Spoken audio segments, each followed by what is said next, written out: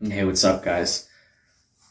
I just wanted to do a video talking about how to gain weight with Crohn's disease and colitis or any IBD. I'm not sure where you guys are at on your healing journey right now. I'm not sure if you're struggling with your weight. I'm not sure if you feel insecure by the way that you look, because that's pretty normal to feel that way. I remember when I was first diagnosed, not when I was first diagnosed, but when I had my first flare-up, I went from like 200 pounds, not saying it was a healthy 200 pounds, to about 128 or 129 pounds. That's a huge difference. That's like close to 70 pounds. And yeah, I was like a walking skeleton. There was nothing healthy about me. My cheeks sunk in. I lost my muscle mass. I didn't feel good. I'd go out with my friends, or I'd go hang out with people, and people would always make comments, man, you should eat more. You don't look good. You don't look healthy. It's like, obviously, like, I know. I have to look at a mirror when I walk in the door every day. Like, I know what I look like. So it definitely wasn't a good feeling. I know those people were just concerned, but yeah. So yeah, I went from 200 pounds to like under 130. I'm a pretty short guy. I'm like 5'8". But now I hover between 170, 175 pounds, depending on the amount of time I'm working out and not. Usually it stays pretty regular, because my system that I do is pretty regular. So, but the good news is you're not stuck being skinny. You're not like or if the opposite is true, if you're overweight, a lot of that comes down to like optimizing hormones. So this video is pretty much gonna give you a few tips and a few concepts that you can actually utilize so that you can actually put on some weight. Because I know in the beginning, all I thought is it was like, eat more calories, but that doesn't actually work. And actually, a lot of times it can have the reverse effect, because you already have an overreactive immune system, and most likely you have an irritated gut. So if you think that putting more amount of calories in there is going to be good, more amounts of food in there is just going to, a lot of times, irritate the colon or irritate the gut even more. So that doesn't necessarily, it's not a solution that works. And it never really worked for me. I don't think it's going to always work for most people. It's just eating more. But yeah, so let's get to it. So number one, you need to heal your gut.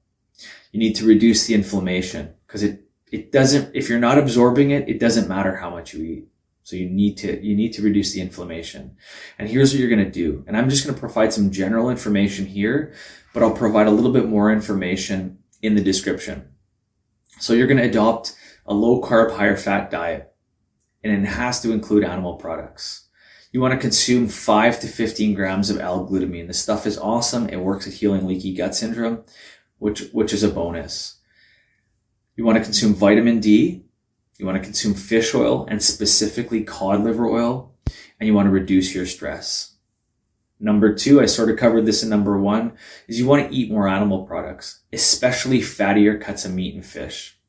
Animal products are personally my favorite because they're nutrient dense and they're caloric dense, and they contain dietary cholesterol, and that helps you regulate your hormones, because hormones are created from cholesterol.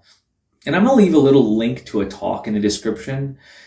It's an awesome talk about the importance of cholesterol. And for most people that have autoimmune disease, and especially gut diseases like IBDs, you're going to have, because your body's not optimal and it's not working how it should, you're not really producing cholesterol naturally as much as you should. So any chance that you get to aid that process, consuming dietary cholesterol, you're going to notice an improvement in your health. And that can be a lot of things.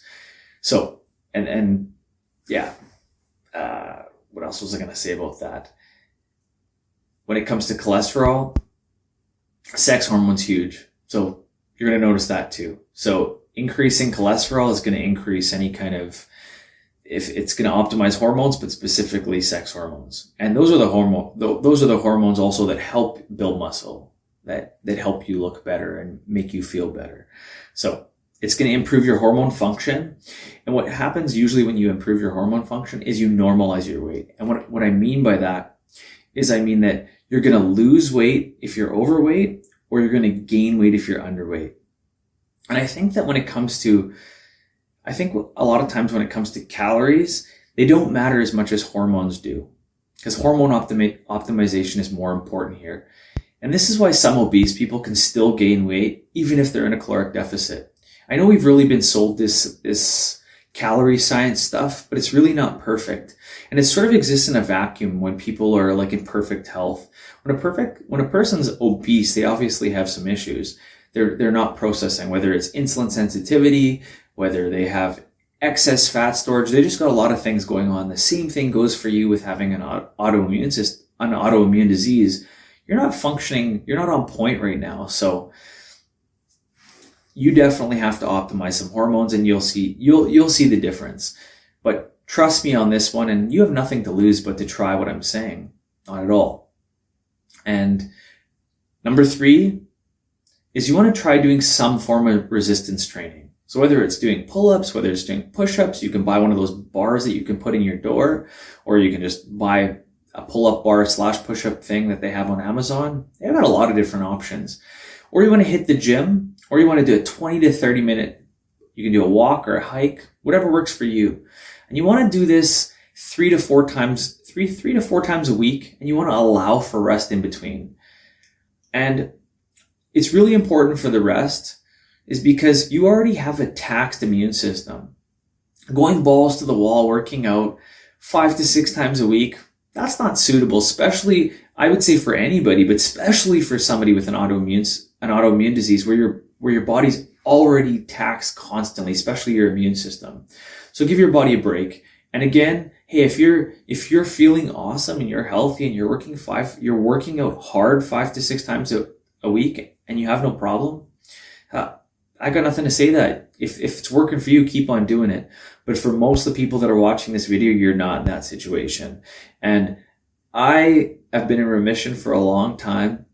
And I can tell you this, when I worked out 5 to 6 times a week, it didn't benefit me. I'd wake up constantly with like DOMS, like delayed onset muscle soreness. And my results seemed like they lacked. I actually got a little bit weaker because I was constantly sore. Compared to working out 3 to 4 times, it's a way better system for me personally. I think you're probably going to experience similar results. And another awesome thing when it comes to like exercise or physical activity, it lowers cortisol and it normalizes insulin. Both these functions reduce inflammatory markers, which is exactly what you want in this situation for your autoimmune disease and to help you gain weight. And resistance training, another really good thing about it is, you're going to put on some muscle mass. You're going to look better. You're going to feel better in your clothes. And one of the positive side effects to getting sick with a gut disease, at least for me, it was when I lost weight. So when I went from 200 pounds down to, I think, like just under 130, I eventually gained weight, and I probably sat at a $150 for a good amount of time, which at 150, 155.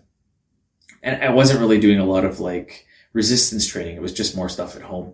But I remember, because I was so lean, if I could work out just doing like a 7-minute, 15-minute workout a few times a week, all of a sudden I looked pretty jacked. I was like, and when I say jacked, I mean like obviously you could see my abs, and you could see my chest muscles. I just felt awesome. I had a great beach body. So that's one of the bonuses, because the more lean you are, the more your muscles are protruding. You look better. You look lean and ripped. And I think for most people, that's what most people are seeking, is to look lean and fit. But that worked out. That was a good thing about this being on the slim side when it comes to having an IBD. But now, just to sum it up, so you want to work on healing your gut. You got to reduce the inflammation. You need to eat more animal products. They're rich in cholesterol, and especially cod liver oil.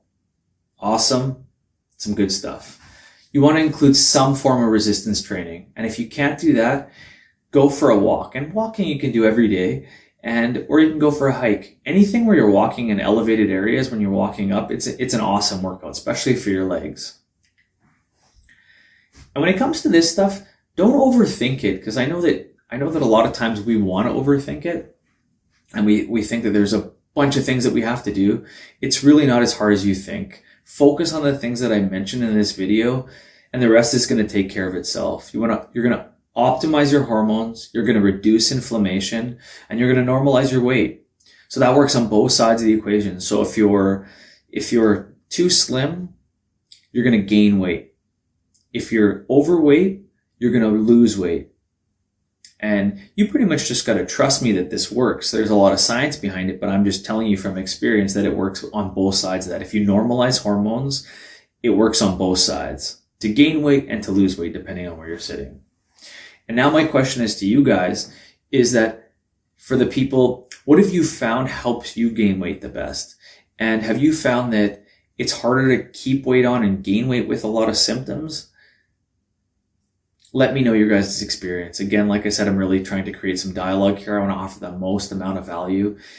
But I know this is one of the things that bothered me the most when I was going through my sickness, or at least my flare-up stages, is just not feeling good about the way that I looked, not feeling good about my weight. And especially for a man, most of the people that are on YouTube, I'm guessing I know it's like a 90% men that watch this channel.